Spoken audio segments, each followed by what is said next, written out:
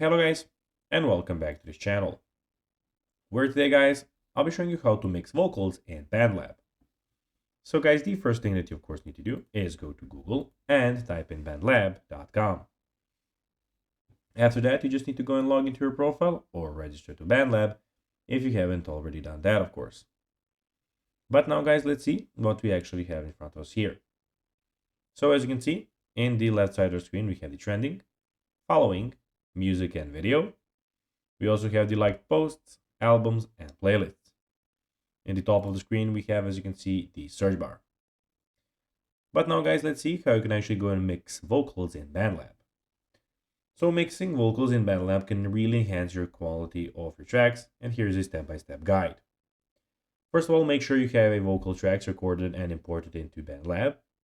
Use Bandlab's free plugins to add effects like EQ, compression, reverb, and delay to your vocal tracks.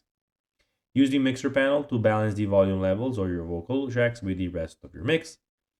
Pan your vocal tracks to create a wider stereo image. Automate effects like volume, pan, and effect to enhance the dynamic of your vocals.